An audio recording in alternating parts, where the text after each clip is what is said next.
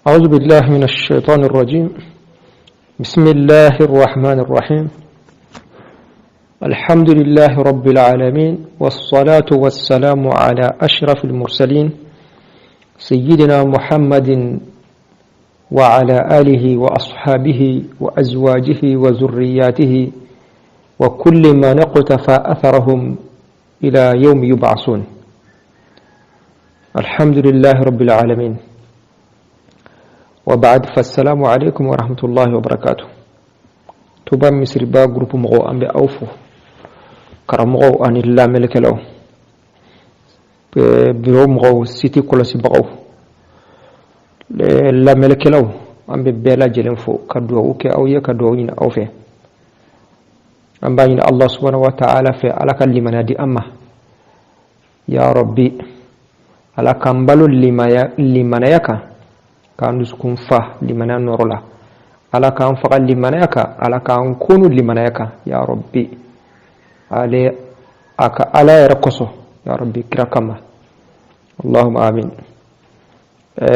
ينانقدوا والهندكونا إن شاء الله وكما تجروا أنفا بركة لدي كانوا فو نو يا بكر سلا bo bela jilengi hakilto ay wasiti la inshallah amba do ado beke erado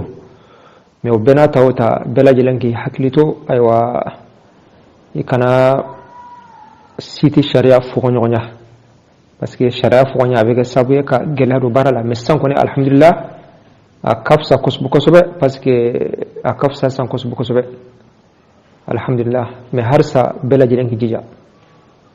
bela jilengi jija adabo kunte foye yala sa aw yara la mel kala na lafiya adabo kun yodrode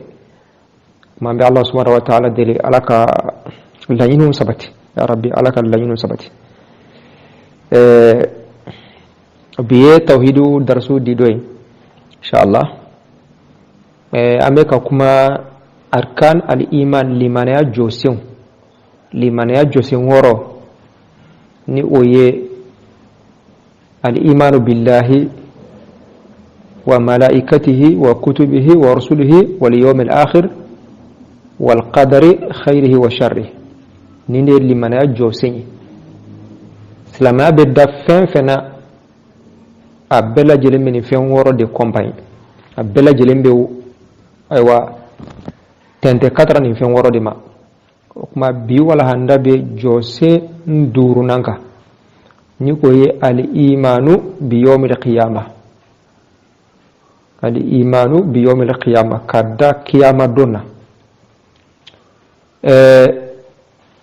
قيامة دون عليه لمن يجوسين دورناي نافورا كدا قيامة دونا أكيري واجبدو سلامك يكدالا ka fo kiyamar don abena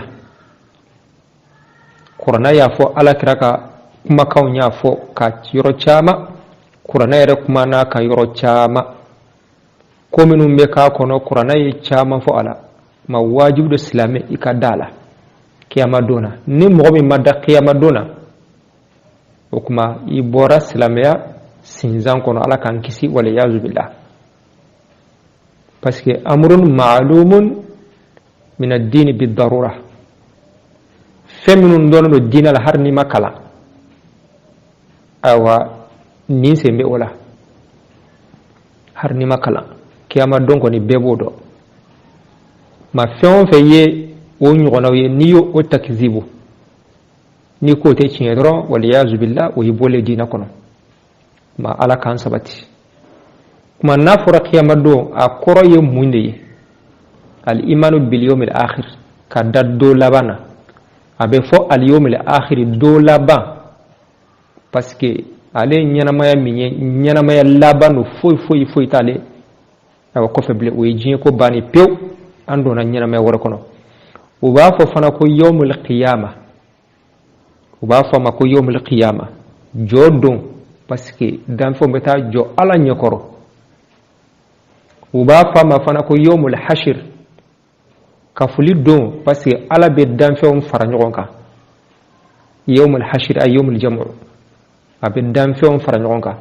yawmul jam'i refana ya to doy okuma yawmul jam'i yawmul hashri abbe kelini ala be dam fe on dalaje kene kelenga lil qada yala sa kirna tigo nyonje abbe fofana aywa yawmu at-taghabun yawmu at-taghabun aywa peredil do kasara haka gabuni de ni mami peredla itara feno fere wala itara feno sa yukloti kay peredla lasila uri gabuni bon parce que jiela sabe comme ambe commerce de la jiela ambe commerce de la bela jele meka ba barade sisa inventaire bi nataka kiyama donde comme misal yala sanyele mala e ka jago kun laje ya soro ibi ka jago kun laje na soro do soro la walma na soro do ma soro ni do soro la alhamdulillah ba fo anga sanyana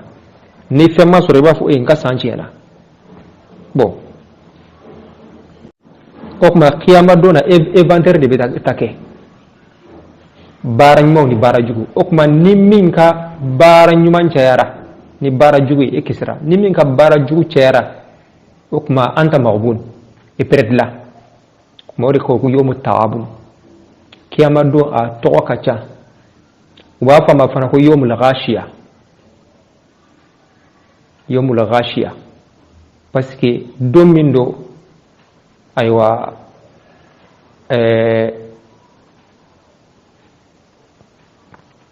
asiranya gela be duskum bela jelen datku idan ahwaluhu taghsha alqulub taghsha aljami ko minum be ka kona siranya gene abe bela jelen soro abe besoro okuma ko yomul ghashiya a togo fanatunu alqari'a كونغول كلا لأن فزعه يقرع القلوب السنة قلم دسكون كونغو وكو القارع تون نبلا جلي جيولي تقودي ما فمنو مكا كونو او ما كنتو منو مكا كونو على بي و تاكوكي أتوغي كما نوتي يوم القيامة أن يوم الآخر أولي دونين دو كسو كسو كما الله سبحانه وتعالى دلي a nindoi gelea chama bi akonore ala kan noyama ya rabbi wakma na fara ko kiyama don don ma ko fe lanyini jume mbala alla yine de ikadda la duskuna 100% siga kana kibulo ka fo allah subhanahu wa ta'ala fen fe fo qur'ana la ani ala kira fen fe fo hadisa wala feminu be ka saya ko fe ikadda bela jirena feminu meke saya kofe ikada bela jilena parce que kiyama do fen chama ina fa nya fo chugumena limana ya josenu nun kile na bela jile fen chama ne be do akono li kulli ruknin tawabi josen be repta sur fen chama ne be do akono fen chama ne ba kompay ina fo ayo ye awatemeno na chugumena okuma na fre kada kiyama do fanala fen fe de bena ke saya kofe ikada bela jelen o bela jelen be do qiyama don kono wa kilingena bela jelen asbat la qur'ana la asbat la ala kiraka hadisa kono sallallahu alaihi wasallam o do jmenye ina fo depuis 600 depuis mata Allah harafalo depuis barzakh nan sara ameta barzakh de la folo avec comme frontière jia an Allah harache yaay barzakh do al hayatul barzakhiyya ni sara itata lahara folo de lahara masi folo ibe barzakhu de la frontière jiete laharate ya jiete laharate o kama souvent ita soro mo be barzakhu la atigla mo se ka jiye mo nafa parce que mata lahara folo o sabat lendo hari obe ala kiraga hadisa sahali ngono bo absaka fana ni be barzakhu la lahara fana nema biseki soro wal ma lahara jangata biseki soro ina fo fana sabat leno chugumna ma le français de itejela ite lahara bon depuis au barzakhu e feminu mbeke akono ikadala ina fo o doyj menye fitnatul qabru jarabili be jarabi chaman de be qabru kono ambe Allah subhanahu wa ta'ala del ala kan kisi kaburu jarabilima ala kira da kuma to ka duwuke ala ka kisi kaburu jarabilima kaburu amango ala kan go yanyi wa adabuhu ani kaburu yankan kata wa na'imuhu ana nema yankan kata be kaburu kono asabatlendo aywa ikadda ala nema be kaburu kono mumini ye mo nyumai asabatlendo ikadda ala bo sisan nan bora sisan o ye barzakhu ye ni saka kuni yɛrɛ fana kɛra albaasu yɛrɛ ikadda ala k'a fɔ an filɛ ka sa sisan an bɛɛ bɛ tila ka kunu kura ye ka nin don an na k'an farikolo ninnu segin an ma ikadda ala wal hashir ani ala bɛna bɛɛ lajɛlen fara ɲɔgɔn kan kɛnɛ kelen kan ka kiiri tigɛ ikadda ala ani tuguni ikadda ala k'a fɔ ala bɛna gafew bɛɛ lajɛlen ka baara ɲuman gafe di i ma i ka baara bɛɛ lajɛlen b'a kɔnɔ ɲuman n'a juguman o gafe bɛna d'i ma dɔw ta bɛ di kini fɛ dɔw ta bɛ di ɲuman fɛ ikadda ala ani hisabu n'o ye sɛgɛsɛgɛli ye ala bɛna jɔnw sɛgɛsɛgɛ o ka baara ɲuman n'u ka baara jugu a bɛɛ lajɛlen ikadda ala ani a dɔ jumɛn ye alimizan baara ɲumanw ni baara jugu bɛ suma ikadda ala o kɔfɛ ani hawdu ala ye kɔ dɔ di alakira ma a ka mantonw bɛ taa min ala ikadda ala ani siratu dɔ sirati bɛɛ bɛ n'o tigɛ maa si tɛ arijana sɔrɔ ni m'o tigɛ ikadda ala ani sɔrɔnalidon bɛ kɛ ayiwa maa junubutɔw ye kiraw bɛ sɔrɔnalidon kɛ nabimaw bɛ sɔrɔnalidon kɛ ala ka waliw bɛ sɔrɔnalidon kɛ muminw bɛ sɔrɔnalidon kɛ ikadda ala i ka da arijana la i ka da jahanaba la ala ye nɛɛma minnu fɔ arijana kɔnɔ i ka da la a ye yankankata minnu fɔ jahanaba kun kan i ka da la o kuma fɛn o fɛn de bɛ kuma o kan sa o bɛɛ lajɛlen bɛ don fil imani bi yawmil qiyama n'o ye jɔsen ayiwa duurunan ye o kuma ni ala sɔnna walhanda kan ka tɛmɛ ninnu bɛɛ ka kelen kelen o kuma dalilu jumɛn de b'a la an y'a yɛrɛ k'a fɔ ka da kiyama don na don laban ka da la wajibi don fardu ayinin silamɛ kan n'i y'a ta kisibi dɔrɔn waliyazu billah o ye kafiriya de ala k'an kisi o ma o kuma an bɛ aya damadɔ ta kuranɛ la ani ala kira ka kumakanw na k'a yira k'a fɔ kiyama don a sabatilen don siga tɛ ala ala ko kuranɛ la inna allazina amanu wallazina hadu wan nasara والصابين من آمن بالله واليوم الآخر وعمل صالحا فلهم أجرهم عند ربهم ولا خوف عليهم ولا هم يحزنون ألكم ما منو كرا مؤمنون والما منو كرا يهودية والما منو كرا كريتيون ولما أيوا يهودية منافق والما كريتيون منافق يبي تاسر لا أيوا على كرا ناني نمي إدالة على كرا لا هكذا idara kirala kadda alala kadda dolabana kabara nyumanke kuma kika sarabe iye ika sarad dafale min dima kuma sirante ika ite fuzunu kuma mahalu shahidi minye ala ko wal yawmil akhir dolaba kuma kadda dolabana ayo kel limanaya aywa kodoye ala ko tugunu qur'ana la أقول ليس البر أن تولوا وجوهكم قبل المشرق والمغرب ولكن البر من آمن بالله واليوم الآخر والملائكة والكتاب كتاب لا آية لبنا وأولئك هم المتقون أكون يميتي أو كان يشي قرن فلا موال ما أو كان يشي كليبيان فما أي وتي ودرنتي يميتي من يميتي ريري مني باتو ريري kuma mami mana da alala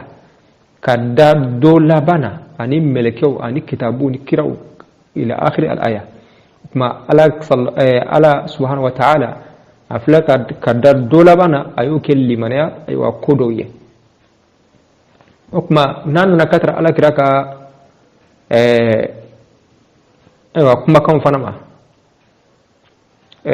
jibrila hadisa jambe nuba fo hadith jibril wala ma ba fo umul ahadith hadithaw ba jibrila ya yɛrɛ yɛlɛma kana alakira ɲininka silamɛya ko saba la ni o ye al-islam wal iman wal ihsan a y'a ɲininka nin fɛn saba de la ani diɲɛ wuli bɛ kɛ waati jumɛn bon mahalu shahide min jumɛn ye jibrila kɛlen ka alakira ɲininka limanɛya la alakira ko al-imanu an tu'mina billahi wa malaikatihi wa kutubihi wa rusulihi wal yawmil akhir wa bil qadari khairihi wa sharrihi rawahu muslim ma alakira ko limanɛya i kada ala la kada melekɛw la kada kitabu la kada kiraw la kada do labana i kada latigɛ la ɲuman na juguma o kuma ni hadisa in limanɛya jɔsen duuru bɛɛ lajɛlen bɛ nin kɔnɔ o kuma yawmil akhir n'o ye do laban ye o b'a la kuma ni mɔgɔ min ko nin tɛ tiɲɛ ye dɔrɔn waliyazu billah o ye e ka limanɛya gurujalen fo ni i tubira kura ye ka don kura ye ma ala ka an kisi o ma o kuma an y'a yira k'a fɔ nin fɛn minnu filɛ nin ye ka da do laban na fɛn caman de b'a kɔnɔ ni ala sɔnna an bɛna kuma u kan kelen kelen biidinillahi subhanahu wa ta'ala k'a daminɛ depuis al-barzakh n'o ye kaburu ye k'a daminɛ depuis kaburu la o kuma an bɛna kaburu yankankata parce que an ko al-iman bi yawmil qiyama a bɛ daminɛ i k'a daminɛ depuis saya kɔfɛ fɛn minnu bɛ yen hari ni lahara ma se fɔlɔ kuma saya kɔfɛ fɛn min bɛ yen o ye kaburu ye kaburu yankankata tiɲɛ don wa walima kaburu k'a fɔ nɛɛma bɛ kaburu la walima yankankata bɛ kaburu la tiɲɛ don wa walima la foyi tɛ yen a bɛɛ bɛ bila ka lahara don nin ma kɔnɔ o kuma o jaabi an bɛ n'o de fɔ sisan a sabatila alakira sallallahu alaihi wa sallam kira ka kumakanw na k'a fɔ kaburu kɔnɔ ko dɔ ye fɔlɔ su'alul malakain malikaw bɛ su ɲininka munkar wa nakir bɛɛ lajɛlen bɛ ɲininka o sabatila alakira ka hadisaw kɔnɔ kaburu yankankata sabatilen don alakira ka hadisaw kɔnɔ kaburu nɛɛma sabatilen don alakira ka hadisaw kɔnɔ kuma i ka daw la o ye wajibi dɔ o ye wajibi bon mɔgɔ min fana ni i kan ka yankankata walima mɔgɔ min kan ka la nɛɛma i b'o sɔrɔ koyi i ni b'a sɔrɔ a tigilamɔgɔ donna kaburu kɔnɔ wa a ma don kaburu la sa wa kaburu tɛ sharti ye kaburu tɛ sharti ye Allah subhanahu wa ta'ala qadirun ala kulli shay har ni maa min fɛn ɲɛnamaw de y'a dumu waraw de y'a dumu walima har mɔgɔ min a jenina de k'a ban fo ka kɛ burumugu ye walima a tora ji la i sara cogo o cogo ni nɛɛma ka kan ala bɛ nɛɛma in k'i ye ni yankankata de fana ka kan waliyazu billah ala bɛ yankata in kɛ i kan kaburu ko tɛ sharti ye fɛn bɛɛ ka kan Allah subhanahu wa ta'ala yɔrɔ o kuma ɲininkali bɛ kaburu kɔnɔ o sabatilen don an ka da o la kaburu nɛɛma bɛ yankankata bɛ an ka da la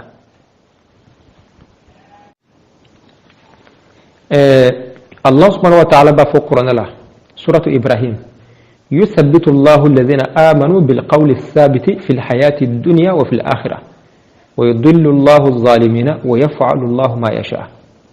ألاكم مغمن لمن يرى ألا بولو لا سبات نكما سبات لي نقول لا إله إلا الله محمد رسول الله أكما ألا بولو لا سبات نكما سبات جيلا عن الله هرا ما مغمن لا إله إلا الله فجيلا lahara olu bɛ sabati yeno hari yana ka se lahara barzakhu kono olu bɛ sabati ala b'olu la sabati ne kuma sabatilen o kuma maa min tɔɲɔlikɛlaw n'o ye kafiru ye ala b'olu la fili wa yaf'alu Allahu ma yasha fɛn min ka di ala b'o kɛ ma nin b'a yira k'a fɔ muminu bɛ ɲininka ma ni ala ye min la sabati diɲɛ la ni ala kelebantiya ye ala b'o la sabati kaburu kɔnɔ ala b'o la sabati kiyama nin b'a yira k'a fɔ ɲininkali bɛ yen komi a hadisa bɛ na ɲɛfɛ inshallah sɔɔni ala ko tuguni kuranɛ la suratu ghafir la وحاق بآل فرعون سوء العذاب النار يعرضون عليها غدوا وعشيا ويوم تقوم الساعة أدخلوا آل فرعون أشد العذاب تسمى كو فرعون كالسمغو تسمى يسر do yangata la jugma o ye fir'auna na ka somgo soro o ye fir'auna ka somgo soro yangata la jugma jumai o ye tasma de tasma yi mbuka sogoma abuka wulafe bo ala kila ka fa ko wa yawma taqumu as-sa'atu wat min lijiya fana be wulisa ni jiya wula domina ala ba fo mel ko ma ay fir'auna ka somgo la do yangata la jugma o mo bayra ka fo ni mbeke yani jiya wulice donc o ye jumai o barzakhu de kabur kono man ni ala sabati ka fo o kuma fir'auna ka somgo minun tugura no fe kafiriya ka ayrena ka somgo minun tugura no fe kafiriya ka numa tubi ma kabur kono yankata bi sogoma fa buka wula fa buka kuto kabur kono yani barzakhu har ni mi mado kabur kono na fanya fu shugomna fir'auna flene o te kabur kono o marale me kesu de la halibe abe me yankan kata min kan kabur kono mo gosra abaka sumitle ya ukma ni mayra ka fo kaburu yankan kata abe ma kaburu nema fana afana sabatlendo ala kira ka kuma kauna sallallahu alaihi wasallam ala kira ka hadisa worbe hadisa be muslimu kono Anas ibn Malik alade hadisa maflah ko ala kira ko sallallahu alaihi wasallam innal abda idha wudi'a fi qabri ko ni jombla la ka kabur kono watawalla anhu ashabuhu ajenyo yukodo minu nana ashudo ulu yukodo kata kato wa innahu la yasma'u qara'an ni'alim kabu ka samara mankame uka samara manka pati awe samara mankame qala alakrako ya'tihi malakan kum milkaf labina fayuqidanihu bala ulikasiki fayaqulani lahu ubafu anyana ma kunta taqul fi hadha ar-rajul ikume munde fonin chaina kito jiala uni ala kira bina kairala o kana ma kamara go fembe la jelen sebe alai ibe munde fonin chaina kito jiala ikume hakilna jumen kumbira katra nin chaima noy ala kira sallallahu alaihi wasallam donc do ba fo mo minun kallimana alla fulelo mo minun dalinde kula ko ma julbe sa kile kono mo julbe se kan min ga wati kila ko ala kirabe o bekena ka cugudi ciya duna sengono kelen kono mo haga me min ga nyukon fi aka cha me ko ala kirabe se ka yo bekena ka cugudi folo o kamana gwanku me se ka ye folo mo wala aw mu kumbolo bite a sebe ala ka ala kira photo yira shumunum belajele na nyoko fe e ta sura en fait ça télé be bo télé so abe yoro kelende mais ma joli ba ye nyoko fe fi nafsi alwaqt ne ba la janga sokono e ba la jika sokono ni mala jaka blongono ni mala je yoro belajele ni mala jaka o to lam belajele ni bala nyoko fe wati kelen kono ma ni adama den sira ko ke Allah subhanahu wa ta'ala do ma fen chaman kumbe mobe folmo de kumbe kaba ko ala on fe sisante abe misala bi on bulu ma ala be ala kira awa yirala mo ibe munde fonin chena ko mu'mina fa amal mu'min yaqul ashhadu annahu abdullah wa rasul ni mu'minu ala wannen kula sabati kuma ya la sabati jin la chugumna o ba fo nim chey ne be min don na ala ka jono ala ka kira do kuma وبافو ما انظر مقعدك من النار فقد أبدلك الله به مقعد من الجنة ما بافو أوا إيكا سير إيكا جانب سفلة واكا جانب سوي رالا أباي على بهجابو بي أباكا جانب سوي ما على ينم فلي أرجنا سولا ما موما بينو إيكا جانب سوبي إيكا أرجنا سوبي ni ala minke arjana kono denye ika jahanaba kono suñ ala ba fale ka ke arjana suwore ka dima jahanaba so imbe ta yanfe na soro min fana jahanaba kono de ubega arjana kono so yirila awa nin kono bunay ibi hakata bunay ibwala tene soro te mawma be wa plasi bibulo arjana la bibo jahanaba la na'am ala kanka jahanaba kono so ala ka datugu angana sefiyo اللهم آمين وكما ألا تراكو كابو فلبيه فيراهما جميعا ما فورا كافو أبي قال قتادة كو وذكر لنا أنه يفسح له في قبره 70 ذراعا كو أفورا ينا كافو أكما ني أسيرا كان إنجابي نكيشوكولا ما ناسيرا كان إنجابي نكيشوكولا أنين سبت لا كو باكا قبر فيري نونغويا بيولون فلا نونغويا بيولون فلا بيكومي 35 متر 35 متر كوني ويسو بلبل بعدين 35 متر o te misiru dobo ma o koni o fere ala baka so fere noro be do akono yelen be do akono wa yumla khudran fenkene be bo fambela jilana arjana yiri dew be bo fambela jilana abul du sa fukata ila yawm yub'asun fukata awa jingulisa ni kafir do bil akis contraire ni kafir do seka jabidi seka kuma jolen sifo ba kusini mi gabero abe kule du holo ba bishi wal iyazu billah alikon meto yangata la sa foni ala foni watimi ala ja ala kan kisi ya rabbi qabru jarabi ala kan kisi ama ya rabbi ala kan qabru fere ala kan wore ba famba fanga do wala arna yang karan yoro bandi ala ka jigro fere naam okman ni bayra ka fonni ya ira asalla sabati ka fonni ngalibe ngin ngalibe qabru kono nema be yang kata be ala kira ka hadisa worbe bukhari be hadisa mafla ko abdullah ibn abbas ko ala kira sallallahu alaihi wasallam dondola ko ni kira to nyofe o temena qabru do dola o temena qabru flala qabru fla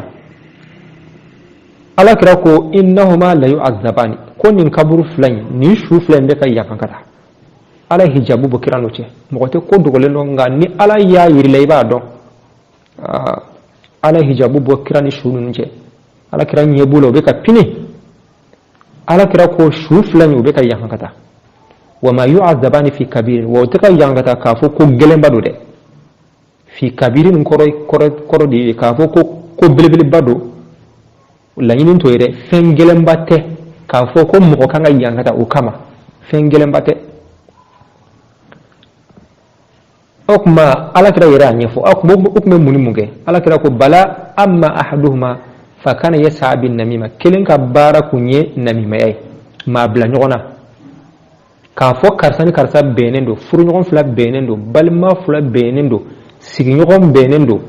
ale kun tene yo odi min kada ale dro tous les temps mankan ka wula on nyonje nafig may ala kira ko sallallahu alaihi wasallam la yadkhulu jannata namamun ala ko nafigi anga kana ba ko nafigi note arabu kan nafigi ani anga nafigi tikle amma ko mi man nafigi o arabu kan o inna ma bla nyona kwate do arjana ko no fiyo hukuma amai nafigi amai ala kan kisama ijija nyalila kana so laharaduna itro kaye fi qaimati an-namamin ijije ka mo chedla kana ke cheni kelay ma ala kara kon kelen ko gabara yudi ma bla nyona ci wore kun tala ka maw bla nyona dro kirima flaw nay ma flaye u jenoro ku ale kon inte fere di kam ko bene quoi ni bana jugu bayre ala kan kisama ya rabbi ala kan kisama ma ale bodo kololo kono sa melko be ka pini yang kata faskube ako me kele ale kunta sabu yejmenye ale kunta ere tanga sofende la bawli ale kunta ere chukodo aka sirate istinja kola suguna ma mina abiti joka siri char katemana sin flay jiko ere tala wati dola suguna be kaka kuluzila abe siri kaka fanuna absega ga besila absega ga kasira tesel ko erla ale kun tayre chugodo sofena okma nim ma min beti e ka bili ko na ka bide ka selu sele ke fudo parce que selu sharti do eseniye e ka finu se ka seniya oka e ka fi mama testi anja ike e ka finu se ka seniya ma mo kan ka ere koloshini fanala ma ala kira ko shuf lambe ka bo est ce que munun ka gelewa e ma bla nyona akeli de ka gelewa ou be atoli de ka gelewa nga keli bara de bara keli ani bara toli jume nga gele bara keli de ka gele bon istinja u ye bara gele wa istinja isi bara gele no bara gele nte klala kiyere senia ka jikiyere la kiyere senia isi u ye bara gele nte ma ala kira kala nyini ode wa ma yu'azabani fi kabir ko gelente ka fo ko mi ka be mo kamana gwa na okuma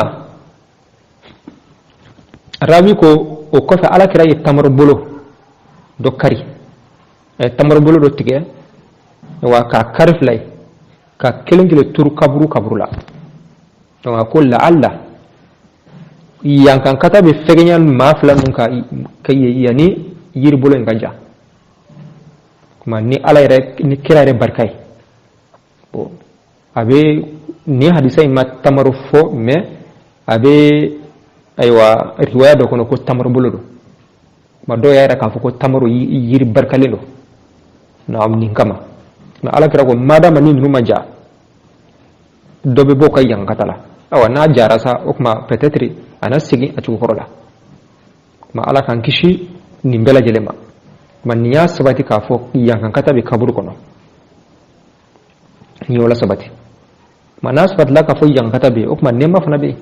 ni mami ñu manke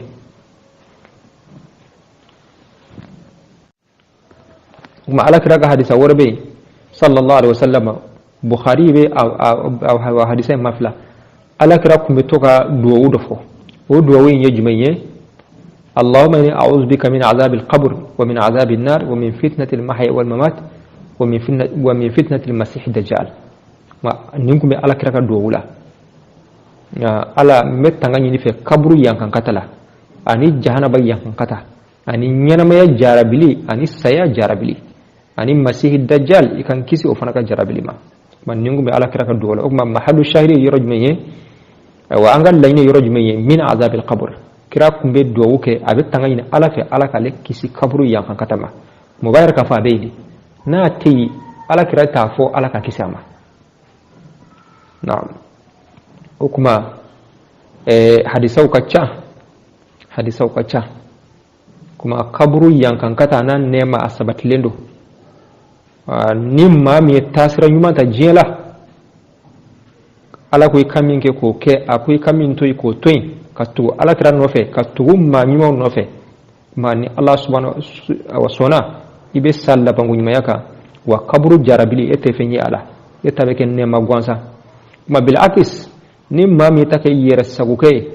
ala soso aywa yere saguke ukma wal yazu bil ala kan gisoba awa inyu man tese ala mare ne nyuma masa ala ma ukma yangata de be kaburu kono folo yani akase kiyama doma foni ala ya fara mo mi ma ala kan kisi kantanga ma kabur ka yankan katai absika ke kata fujiye wuli absika ke fana watini iye junubu menge iya ala kuta do ke ala bo boyla folo yana kase kiyama doma me ni nema kondo otejo ka foka nema ki ye wati ka bla la ni nema kondo o yesa fokata se jiye wuli ma ambe Allah subhanahu wa ta'ala deli aywa alaka an kisi kantanga ala ka tiɲɛ yira an na tiɲɛ ye k'an bilasira kan ka galon yira an na k'a jɛya k'a fɔ ni galon ye k'an kisi an ma an ka galon baara ya rabbi ala k'an kunnajiya ala k'an kunnajiya diɲɛ ani lahara ala k'an kunnajiya diɲɛ ani lahara ya rabbi an bɛ dugawu kɛ an ka banbaatɔ ala k'u hinɛ ala k'u dayɔrɔ sumaya u y'an ko kiti min na ala ka nɔgɔya an bɛ taa jɛ min na ala ka nɔgɔya bi jahi sayyidina Muhammad sallallahu alaihi wa sallam an bɛ dugawu kɛ bɛɛ lajɛlen kuma ni ala sɔnna walanda nata ye kiyama don kiyama jɔ ayiwa ani tamasiyɛn jumɛn bɛ a la diɲɛ bɛ wuli waati jumɛn maa b'a dɔn wa walima maa t'a dɔn alqiyamati diɲɛ wuli yɛrɛ yɛrɛ o kuma diɲɛ wuli a bɛ dɔn wa walima a tɛ dɔn n'a tɛ dɔn tamasiyɛnw fɔ a la walima tamasiyɛnw ma fɔ a la ما أني فمن بتقول إن شاء الله على كم بسببما اللهم صل على سيدنا محمد وعلى آل سيدنا محمد وسلم السلام عليكم ورحمة الله وبركاته